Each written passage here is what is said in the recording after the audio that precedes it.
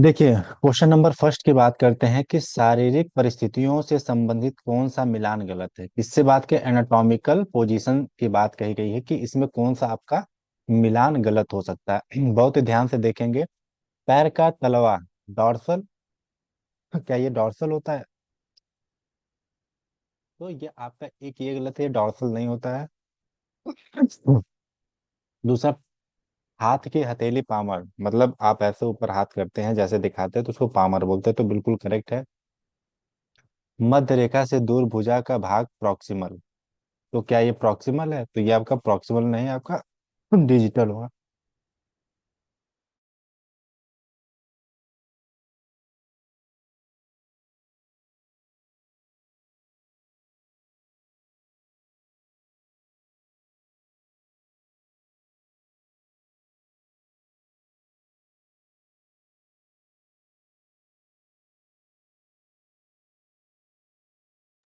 एक मिनट जरा होल्ड करिएगा।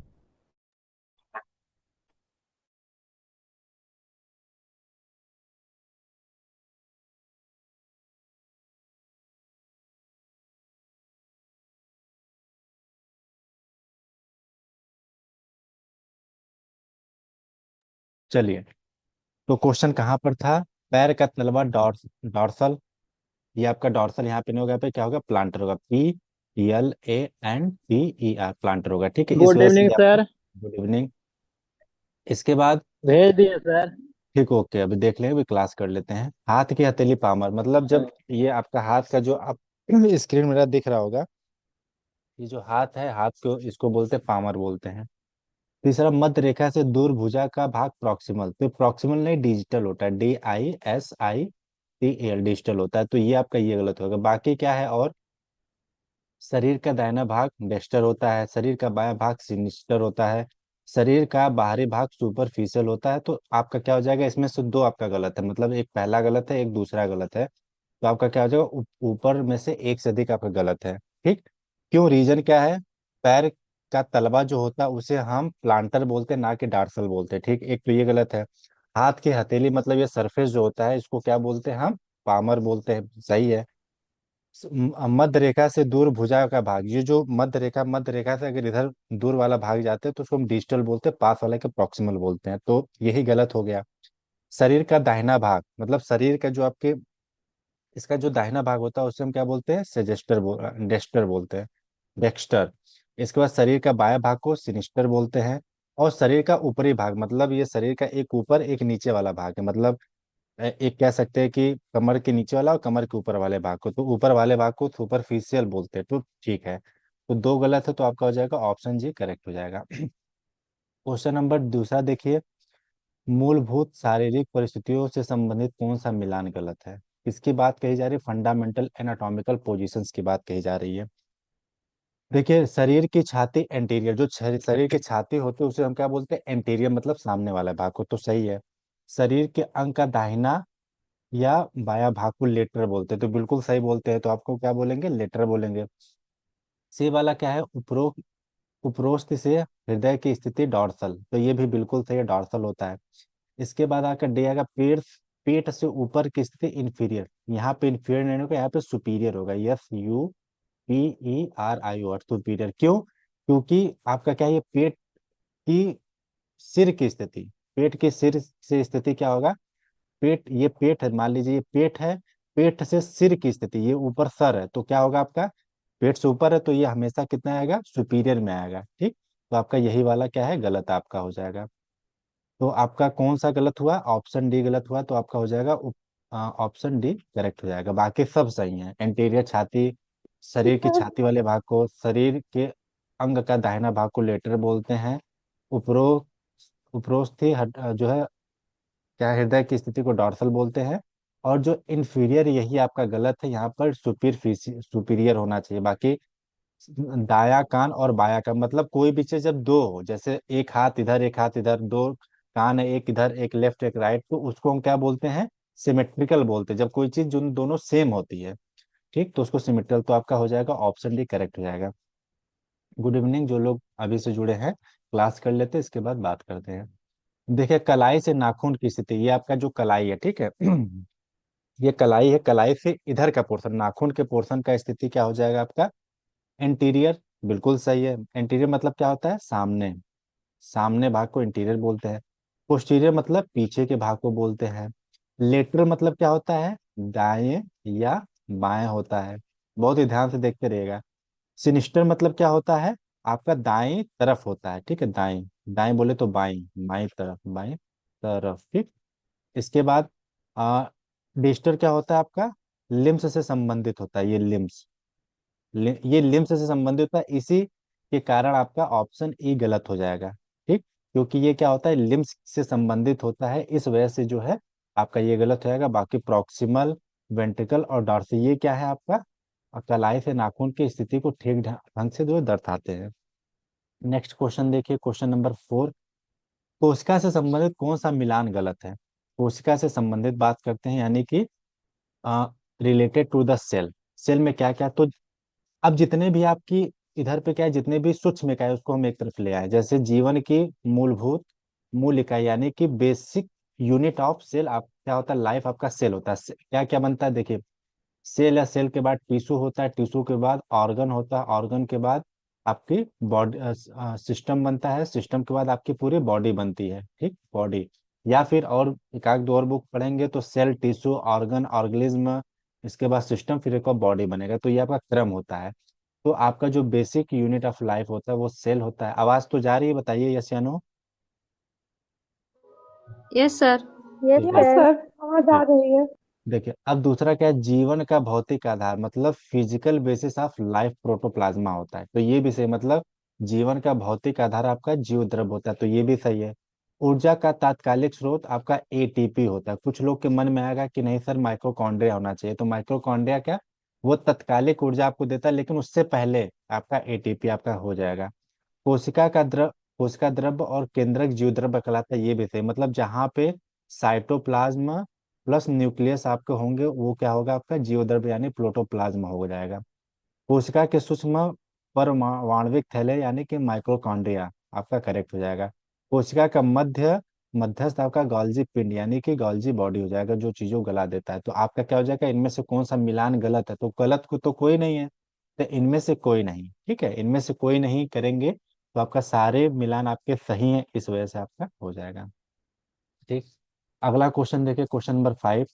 कोशिका से संबंधित कौन सा मिलान गलत है? अब देखिए, सेल इंजन राइबोसोम को बोलते हैं, तो ये बिल्कुल परफेक्ट है।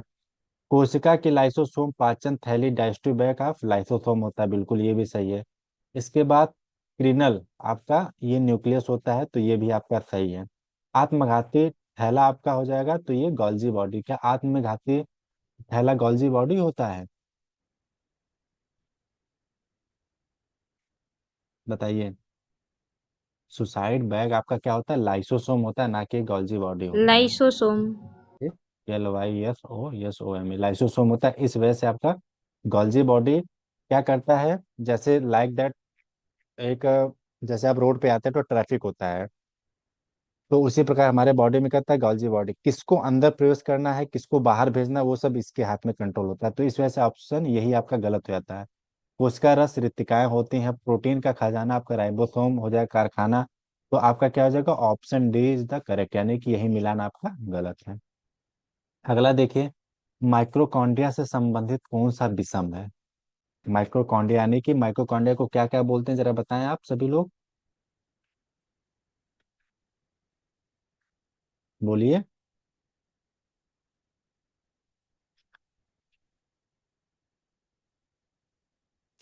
एटीपी। ठीक।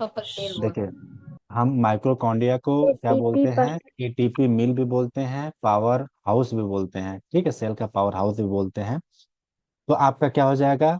इसे बायोब्लास्ट भी कहते हैं, मतलब कि माइक्रोकॉन्ड्रिया को बायोब्लास्ट भी कहते हैं, एक नया टर्मिनोलॉजी जानिए। इसे एडीपी नहीं बोलते हैं, हमने क्या भी बताया था? एटीपी बोलते हैं, एटीपी। यहाँ पे क्या दिया है? एडीपी दिया है, तो इस वजह से ये गलत हो जाएगा। इसे पावर हाउस बोलते हैं, हमने यही बता दिया। इसे एरोबिक श्वसन केंद्र भी बोलते हैं, तो ये भी आपका हो जाएगा। इसे अल्टमैन द्वारा खोजा गया था, ये भी सही है। रिचर्ड अल्टमैन द्वारा माइक्रोकॉन्ड्रिया का नाम दिया, तो ये भी करेक्ट है। ठीक, इसके बाद नहीं, रिचर्ड अल्टमैन द्वारा माइटोकॉन्ड्रिया का नाम नहीं दिया था, यहाँ पे वो कार्ल बेंडा ने दिया था, कार्ल बेंडा। कार्ल बेंडा ने क्या किया था, माइटोकॉन्ड्रिया का जबकि आपका रिचर्ड आपका क्या है, बायोब्लास्ट दिया था इन्होंने, कब कब दिया था, 1886 में इन्होंने दिया था। तो आपका कौन सा हो जाएगा, ये भी गलत है और ये भी गलत है, तो आपका हो जाएगा उपयुक्त में से एक से अधिक आपका क्या हो जाएगा, गलत हो जाएगा। ठीक। अगला क्वेश्चन देखिए, कोशिका एवं कोशिकांग की खोज से संबंधित कौन सा मिलान गलत है। कोशिका पिंड, कोशिका झिल्ली, कोशिका, देखते हैं क्या है। देखिए गोल्जी पिंड क्या होता है आपका, ये आपका करेक्ट है, ये कैमिलियो गोल्जी द्वारा किया गया था, तो ये सही, मतलब इसे खोज करता है, इन्वेंटर है, पिता कह सकते हैं। कोशिका झिल्ली, तो ये भी आपका करेक्ट है। हरिओम, इसमें देखिए पेन चला रहे हैं, प्लीज ऐसा ना करें आप, रिक्वेस्ट है। ठीक है, जो ग्रीन ग्रीन मार्क कर लिया आपने। देखिए आपका क्या, गोल्जी पिंड आपका क्या हो जाएगा, कैमिलियो गोल्जी, ये बिल्कुल करेक्ट हो जाएगा। इसके बाद आ, कोशिका तो रॉबर्ट ब्राउन, ये आपका ये भी करेक्ट हो जाएगा। इसके बाद केंद्रक क्या हो जाएगा, केंद्रक का रॉबर्ट हुक, ये एक सेल का इन्होंने किया था, CELL, तो केंद्रक का इन्होंने नहीं किया था। इसके बाद राइबोसोम, ये जॉर्ज एमिल पैलेडे, तो आपका क्या हो जाएगा, कौन कौन सा गलत होगा, ए गलत हो गया, नहीं ये तो सही है आपका। कोशिका रॉबर्ट ब्राउन, ये गलत हो जाएगा, ठीक है, ये आपका सही हो जाएगा। गॉल्जी बॉडी कैमिलियो गॉल्जी ने किया था, ये आपका ये हो जाएंगे सही। इसके बाद आपका कोशिका और राइबोसोम, यही आपका गलत हो जाएगा, तो क्या हो जाएगा, उपयुक्त एक से अधिक हो जाएगा। ठीक है, आपका ऑप्शन हो जाएगा F, करेक्ट हो जाएगा, मतलब कि इनमें से एक से अधिक। अगला क्वेश्चन अब देखिए, इन्होंने पूरा वो मार कर दिया है, क्या बताया, मिटेगा भी नहीं अब, प्रयास करते हैं, 1 मिनट।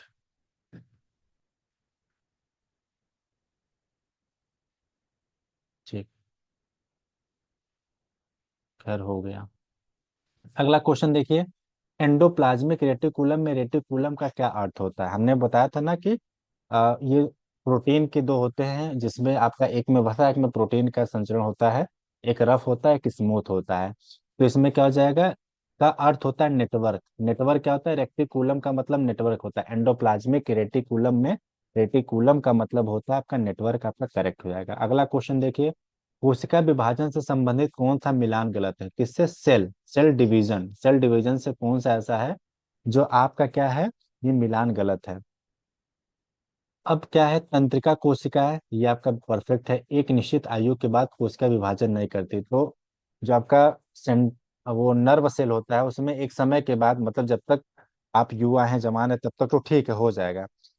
लेकिन आफ्टर सर्टेन एज, मतलब एक समय के बाद, लिखा है ना, आफ्टर सर्टेन एज, तब नहीं होगा। वसा कोशिका, कोशिका विभाजन नहीं होता, वसा में कोशिका विभाजन नहीं होता, तो ये सही है। इसके बाद हृदय कोशिका, कोशिका विभाजन नहीं होता, तो इसमें भी आपका कोशिका विभाजन नहीं होगा। रक्त कोशिकाएं, कोशिका विभाजन नहीं होता है, तो ठीक है। इसके बाद मांसपेशी कोशिका में कोशिका विभाजन होता है, तो ऐसा नहीं, उसमें भी होता है, यानी कि कोशिका विभाजन से संबंधित कौन सा मिलान गलत है। देखिए इसमें क्या है, गलत कुछ हो रहा है क्या, अच्छा इन सब में नहीं होता, लेकिन आपका जो पेशी कोशिका है तो उसमें होता है, जो यहाँ पर हो, यहाँ पे क्या हो जाएगा, होता है, ठीक है। बाकी जैसे तंत्रिका कोशिका में से विभाजन नहीं हो जाएगा एक उम्र के बाद, वसा में एक विभाजन, कोशिका विभाजन नहीं होता है। इसके बाद हृदय में ये भी नहीं होता है, मतलब ऐसा नहीं कि हृदय टूट गया तो वो फिर से बन जाएगा। जैसे लीवर क्या है, लीवर को चाकू से काट देंगे तो फिर से आ जाएगा, जैसे पेड़ की पत्ती का, उसको काट देंगे फिर से उग जाएगा। दूध वो क्या है, खेत में दूध, उसको काट देंगे तो फिर से आ जाएगा, तो उसी प्रकार ये सब ऐसा चीज है जिसमें विभाजन नहीं होता, मतलब वो बढ़ते नहीं है। लेकिन मांसपेशी क्या होता है, जैसे कट जाता है मांसपेशी, मान लीजिए कहीं से कट गया, गुटका निकल गया, तो क्या धीरे धीरे हीलिंग हो जाती है, मतलब भर जाता है। तो आपका यही हो जाएगा ऑप्शन, ये आपका करेक्ट रहेगा, यानी यही आपका गलत है। अगला क्वेश्चन देखिए, कोशिका से संबंधित कौन सा मिलान गलत है, कोशिका से संबंधित। अब देखिए क्या है कि मानव की सबसे छोटी इकाई शुक्राणु होता है, क्या ये बिल्कुल सही है, तो आपका परफेक्ट है। शुक्राणु यानी कि स्पर्म सेल बोलते हैं, जो ह्यूमन के अंदर होता है स्पर्म सेल। मानव की सबसे लंबी कोशिका आपका तंत्रिका यानी कि नर्व सेल होता है, ये पूरे फैलाता है आपका खोपड़ी से नीचे तक। मानव की सबसे बड़ी कोशिका आपका अंडाणु होता है, जिसको ओवम बोलते हैं, यानी कि ये महिलाओं का। इसके बाद कोशिका का सबसे छोटा अंग अंगक होता है, मतलब कि ऑर्गेनिज्म की बात हो तो राइबोसोम होता है, जिसको हम प्रोटीन की फैक्ट्री बोलते हैं।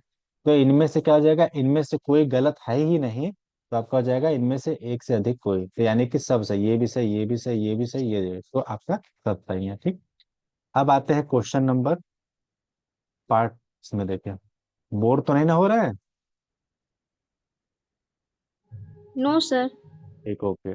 नहीं सर। कुछ क्वेश्चन यहाँ से देख लेते फिर चलते हैं। देखिए अब क्या नो है, सर। अभी तो हमने सेल पढ़ा है, मतलब इस सेल में आपको एडवांस पढ़ा रहा हूँ, मतलब एक अच्छे लेवल का। अब यहाँ पे आपका टिश्यू आ गया, टिश्यू से रिलेटेड जितने भी आपके हैं। एल्वोलाई आपका उपकला ऊतक होता है, तो बिल्कुल होता है। उपास्थ्य आपका संयोजी ऊतक होता है, तो ये जिनको हिंदी नहीं समझ में आएगा वो इंग्लिश में देख लेंगे। एल्वोलाई आपका एपिथेलियल टिश्यू, कार्टिलेज आपका कनेक्टिव टिश्यू होता है। सोमेटिक नर्व आपका जो होता है टिश्यू नर्व होता है, तो ये भी सही है। तो इधर पे क्या है, ये सही, ये सही है, ये भी सही है। इसके बाद रक्त संयोजी होता है, ये भी सही है। लिगामेंट उपकला होता है, नहीं भैया ये नहीं होता है, लिगामेंट उपकला नहीं होता है, ठीक है, कनेक्टिव टिश्यू होता है। इसके बाद त्वचा आपका उपकला ऊपर एपिथेलियम टिश्यू, ये भी होता है। तो गलत कौन सा हुआ आपका, ऑप्शन ई हुआ, ये वाला। ठीक है। अब देखिए कुछ मैं बता देता हूँ। अगर हम एपिथेलियल की बात करते हैं, यहाँ पे अगर हम दो टर्मोलॉजी की बात करें तो हमारा जो होता है, एक सिंपल होता है, सिंपल होता है, दूसरा होता है कंपाउंड होता है। ठीक है। सिंपल में अगर बात करें तो क्या क्या चीजें आती हैं सिंपल में, जैसे आपका स्क्वामस होगा, इसके बाद क्यूबाइडल आएगा, इसके बाद कॉलमर आएगा, सीलिएट आएगा, इसमें ये सब सारे टिश्यूज आते हैं। अगर हम इसके कंपाउंड की बात करें, मतलब कंपाउंड, तो इसमें क्या आ जाएगा, स्ट्रेटिफाइड और नॉन स्ट्रेटिफाइड। मतलब आप समझ सकते हैं जो आपके बाल होते हैं, नाखून होते हैं, या अनस्ट्रेटिफाइड होते हैं। ठीक है। फिर इसके बाद इसमें बढ़ जाते हैं, कई डॉक्यूमेंट बढ़ जाते हैं। ठीक है। तो आपका अभी क्या आंसर, आपका ई करेक्ट रहेगा। माइक ऑफ रखें please, I request to you are member, please mute the mic. फेफड़ों से गैस के विसरण के लिए किस प्रकार का उपकला ऊतक प्रयुक्त होता है, मतलब किसकी बात करें, जो आपका फेफड़ा है वो सांस के विसरण के लिए, मतलब कि gases in the lungs diffusion होता है, मतलब आप कह सकते हैं ये एल्वोलाई है आपका ये, और ये फेफड़ा आपका, ठीक है, ये फेफड़ा एक तरीके से दोनों तरफ फेफड़ा है, यहाँ से डिफ्यूजन रक्त का आना जाना हो, ये सब लगा रहता है। तो इसमें कौन सा जो है सबसे उपयुक्त आपका टिश्यू है, ठीक है, ये क्या है, जो एपिथेलियल टिश्यू होते हैं, तो आपके इसमें देखते हैं क्या है। तो कौन सा सबसे उपयुक्त होता है, तो डायरेक्ट बात करते हैं सल्की, मतलब सरल सल्की होता है, यानी कि जिसको सिंपल स्क्वामस एपिथेलियल बोलते हैं। टिश्यू के जब अंदर पढ़ेंगे तो आपको कई मिलेंगे, कौन सा हाथ में पाया जाता है, कौन सा आपके पेट में पाया जाता है, कौन सा स्मॉल इंटेस्टाइन में पाया जाता है, ये सब सारे जो है मिलेंगे। तो आपका हो जाएगा सरल सल्की, आपका उपकला हो जाएगा। रोमल की बात करते हैं, रोमक जिसमें रोमल जो श्वसन नली की परत, मतलब श्वसन नली की परत में क्या होता है, रोम टाइप का होता है, जैसे स्मॉल इंटेस्टाइन में जाएंगे आप ऐसे होता है, तो इसमें रोम होते हैं, इसको फ्लैगेला या बोलते हैं। ये क्या करता है, मान लीजिए ये पेट से निकला, ये पेट से भोजन यहाँ से निकल किसमें गया, तो ये जितने भी आपके निकले ऐसे रोम, वो क्या करते हैं, वो सेक कर लेते हैं, जैसे प्रोटीन जितने भी अच्छे मिनरल्स को सेक करके ब्लड स्ट्रीम को यहाँ वहाँ सारे भेज देंगे। ठीक। तो आपका क्या हो जाएगा, रोमल की बात कही गई तो रोमल आपका क्या हो जाएगा, बलगम और फंसे हुए कण को बाहर निकालना, आपका श्वसन नली, मतलब जो श्वसन नली, आप जैसे ही नाक के अंदर जाएंगे तो एक बार टार्च लेके, मोबाइल के टार्च से देखिएगा ऐसे नाक को ऊपर करके, तो उसमें रोम होते हैं, बाल होते हैं हमारे, वो जितने भी वो फिल्टर का काम करते हैं, धूल आया, कीटाणु विषाणु आया तो रोकने का काम करते हैं। अब उसमें म्यूकस भी पाया जाता है, म्यूकस मतलब एक तरीके से बलगम बोलते हैं। मान लीजिए धूल के कण चिपक जाते हैं, जीवाणु विषाणु चिपक जाते हैं, जो आपके रोम ऐसे लगे होते हैं और हवा ले रहे हैं तो चिपक के और म्यूकस में रहते हैं, फिर बाद में वही खड़ा होता है, फिर आप निकाल देते हैं। ठीक है। तो बलगम और फंसे हुए कण को बाहर निकालना आपका करेक्ट हो जाएगा। अगला क्वेश्चन देखिए, मनुष्य के शरीर में कौन सी कार्टिलेज सबसे प्रचुर मात्रा में पाई जाती है, किसकी बात कही जा रही है, कार्टिलेज की बात की जा रही है। ठीक। अब देखिए, जब कार्टिलेज की बात आती है तो हम आपको बताते हैं तीन प्रकार के कार्टिलेज होते हैं, कौन कौन सा होता है, हाईलाइन कार्टिलेज होता है, हाई हाईलाइन हो गया, दूसरा होगा फाइब्रस होगा, फाइब्रस होगा, और तीसरा आपका क्या हो जाएगा, इलास्टिक इलास्टिक कार्टिलेज। ठीक है, ये तीन प्रकार के आपके कार्टिलेज होते हैं। अब ये जो कार्टिलेज है आपका, ये वर्क इनका अलग अलग वर्क होता है, बस न जाने कि कार्टिलेज तीन प्रकार के होते हैं। अब इसमें क्या होगा, आपके लिगामेंट से जो संबंधित है तो आपका हाईलाइन कार्टिलेज आपका होता है। अब इसमें एक इलास्टिक कार्टिलेज, हाईलाइन कार्टिलेज और आपका एक फाइब्रस कार्टिलेज, ये तीन होते हैं, लेकिन आपका हाईलाइन कार्टिलेज आपके कार्टिलेज में प्रचुर मात्रा में पाया जाता है। अगला क्वेश्चन देखिए, मनुष्य शरीर में, मानव शरीर में सर्वाधिक पुनर्जनन क्षमता किस ऊतक में पाई जाती है? तो आपका क्या हो जाएगा? एडिपोज टिश्यू, यानी कि इपिथेलियल टिश्यू में सबसे ज्यादा पुनर्जन्म, पुनर्जन्म मतलब कि हाईएस्ट रीजनरेशन कैपेसिटी, मतलब कि अगर कट गया तो फिर से आ जाएगा, हाथ कट गया तो फिर से भर जाता है, कान कट गया तो फिर से, जैसे नाक में छेद कर दिया तो कुछ दिन बाद कील उल निकल जाता है तो नाक बंद हो जाता है, तो क्या वो कहीं ना कहीं क्या होता है? रीजनरेट होता है।